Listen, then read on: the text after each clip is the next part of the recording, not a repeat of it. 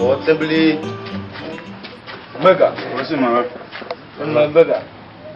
No, Kaja. Come more yo the cover this young you see cars that you're gonna always place brother. CP.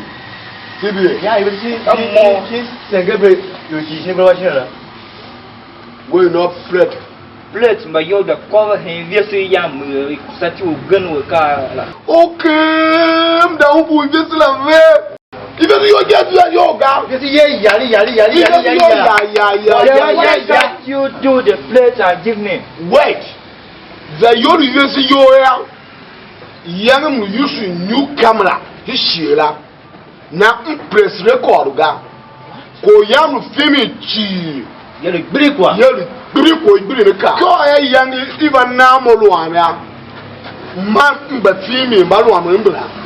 Kambalu amembra tse du ke Yay film because you kiss paga what the yoga what the yoga a better solution wa hama wetu wango this is mbolo kan you ko so orun mo kan camera man mo orun hana kan camera wanga wesin koro na ka wanga wo ga tun wi to the kekorunga exactly kam mo mo solution kere to bone ina say yesu se ba fi mi yesu laajo ruwa ne very powerful yesu kasati ora ya kaslo iba promote yen na senator kasesu da fi mi yesu na e sinso kara omega na iya ni yesu senator mu fi mi la unwa amungwa lamana kasati wo be kwati wo chi kwazo wo wedinga wo patasut bane na am ye mebe ni me the future no kiwi la collaborate and jelo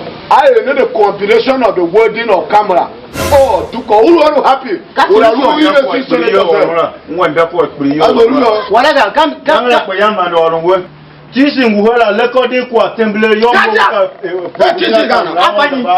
afanyi ufa camera zuru mi just imagine a professional cameraman who plays record ga who plays record go to press ga okay wait are you cancel my oga let me tell you are you cancel my oga my time and acquaintance of it I am going to call police for the police must hear this. I give you 1 week I will come here with police future wey the senator what sort of what so one mega let's never police go best of you chief and you know you shamu ga very much shall we na this is the program bad wo not problem no ore de ma di be ba bad wo video shoot na kira advance ni we music video ni music ali besi film na film ka o pati o we nga ka music video what do you ali video besi ko pati o film nga na advance o ka camera so we o bla watching mimi ni camera o bla watching mimi o ka na do some yam o ga bana serious human being who injury a business tycoon like mama to am we come na ba yo but no ma we dey very shame but mimi wo ya your film brother mimi oga your film be saka mimi